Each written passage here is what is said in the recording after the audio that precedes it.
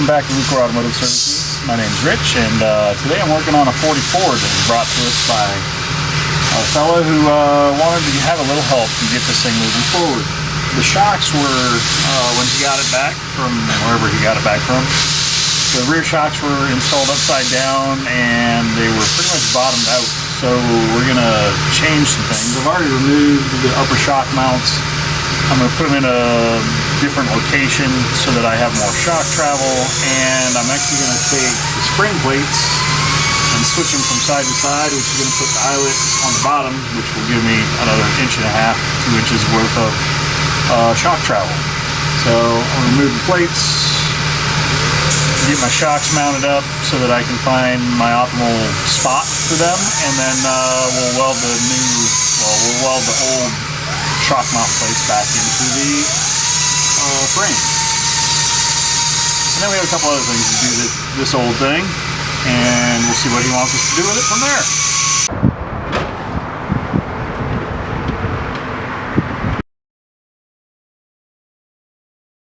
Let's get these plates off.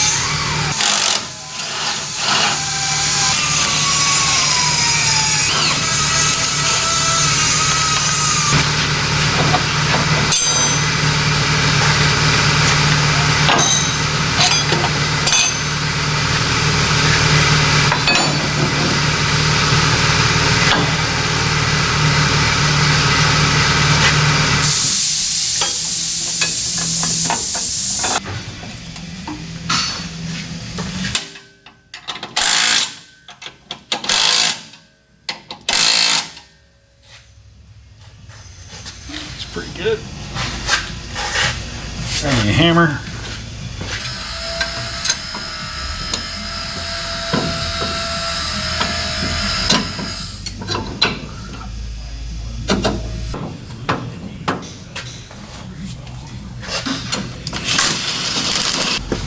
So I removed my shock mounts, and these have an angle to them, and the shock crossbar is welded in at an angle. I was originally going to invert them, and then I realized there was extra angles involved. It'll make my shock cycle weird. So I have to keep my orientation with the mounting point low, so I'm going to move the mounting point inboard to give me the length I need so that my shock will be in the middle of its range when it is sitting at ride height.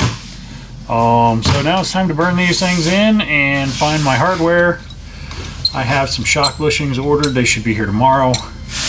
And I will move on to my steering shaft that's loose. We'll solve that problem while we're waiting for our bushings to come in. So I'm going to go ahead and burn these in.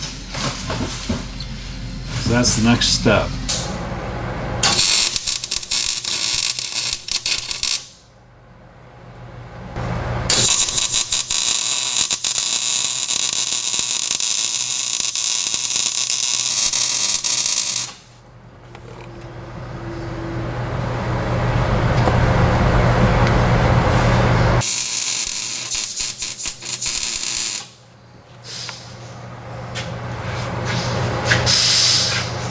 Oh, I'm not a good welder,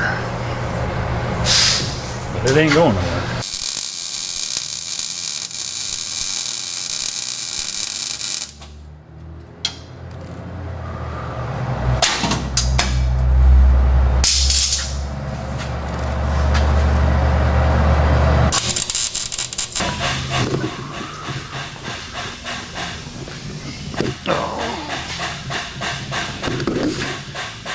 Let's take a look at the steering shaft, because it's, well, we're just going to replace it because it was homemade and it's not the right size, so it's loose. So I'm just going to make a new section out of 3/4 double D, and that should solve our loose steering. I'll show you what it's doing here in just a second. Right after the compressor shuts off. You can probably see it there the best.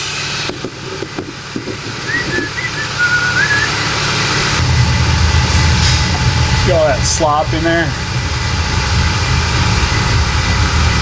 So this only tightens down so far.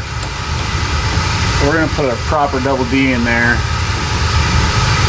and see if we can get that to tighten up.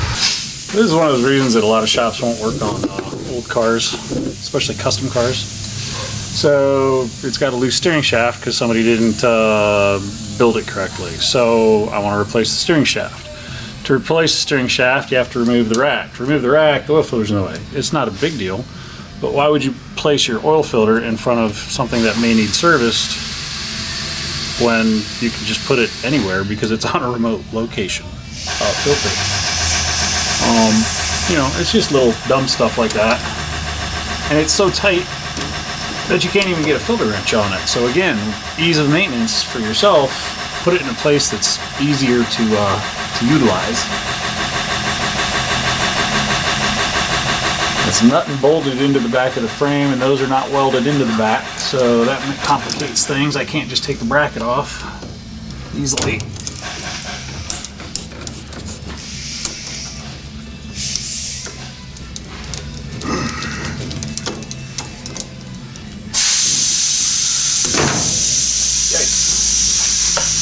Oh well, this is why nobody can give a definite time for doing a labor operation on old cars like this, because you don't know what you're going to run into. Just simple math. I need an oil drain. Hey, there's one.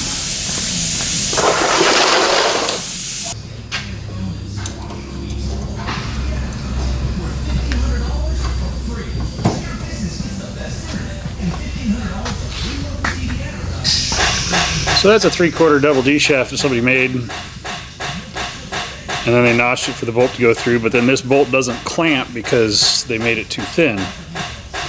So you can do it that way. I'm gonna try to remember where I put my new double D shaft. I got this. I took it out of the package and then I set it somewhere. That was smart. Hey, there it is. Found it. This is a double D shaft, which is already the correct dimension. I'll still have to notch it for the bolt to go through, but I'll just cut it to length and it'll be the right dimension. Look at that, nice and snug, no slop. Nice and snug, no slop. So I will actually drill recesses because there's jam nuts that go on studs, so the studs go in, so I'll drill a recess for those to lock into, and then the jam nut locks that into place, makes it nice and secure. So let's cut this to size.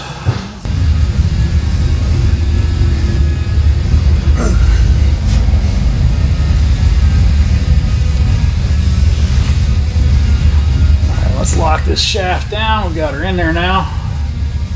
Rack's tightened back up.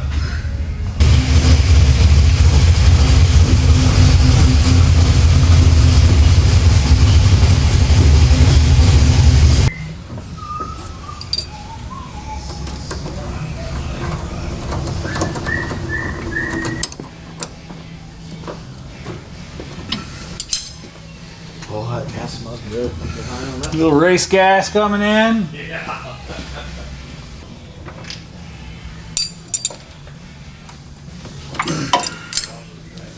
Oh, that's so much tighter. Amazing. Where are the jam nuts at? Oh, it's so much better. Nice. Steering stabilized. Check. So I'm sitting here waiting for my paint to dry, and I decided the customer asked about the sloppiness in his shifter. So when I ran and picked up my paint, I picked up a shoulder bolt. That should solve the sloppiness in this shifter.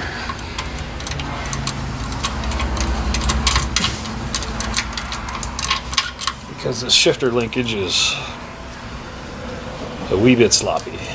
So we're going to see if that works any better. I'm going to guess it will. I should probably put some grease on that. But let's make sure it's the right nut. have to trim a little bit off of it, but I'll make that work. All the stuff in my way. The geometry on the shifter is way off too. I probably need to reduce the throw on the actual shifter. It's got some creativeness to it. Oh, that just comes out of there. Oh, the sketchiness gets more. Well, that makes it easier for me to trim it. And it means there's nothing holding that. I thought this was rotating.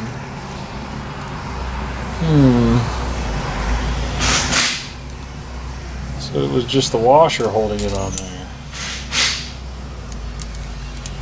But the bolt was loose. What were they trying to do? We'll trim this down, we'll tack it, and then this will pivot on the shoulder bolt. Hey, plan of action. So I ended up putting a weld on this guy, so now this actually pivots on that sleeve that is held in with a shoulder bolt now. So now all that slop in this shifter linkage is gone, so it ought to be a lot more accurate when you're shifting. My steering shaft's fixed, my shocks are fixed. I got those done. You can see I've got my shock mounts relocated. I put some primer and paint on the areas that I sanded off and then re-welded. And found some washers to help keep the shock from moving around. That one's a little bit loose. It's just there to keep the shock on, so it's not a big deal. Same thing here. I made a washer that's nice and big to hold the shock in place. Good placement, nice and even. Should work really well. And now these lower mounts are at the right angle because they actually have an angle built into them where the bolts were actually pitched up before. And the shocks are installed right side up. That is important. Let's pull this thing down and we'll take it out for a spin, see how she does.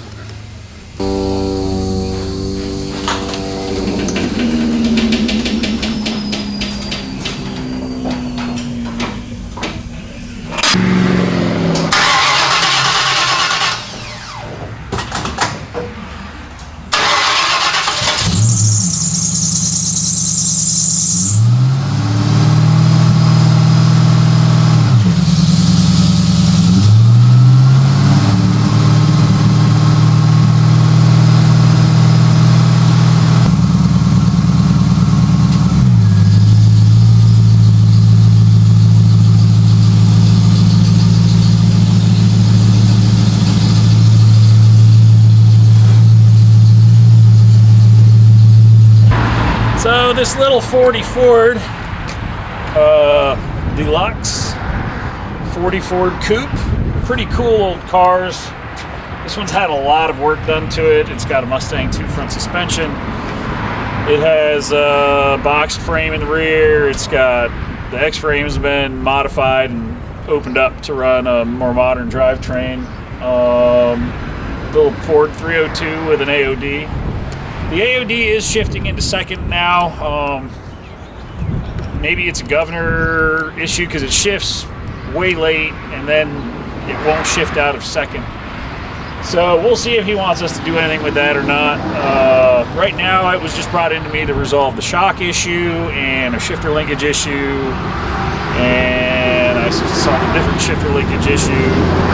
And the steering shaft. So we got all those things fixed up. It's actually pretty drivable. I drove it, drove about 8-9 miles, and it actually rides pretty good. It needs tires balanced, probably because it's been sitting for too long.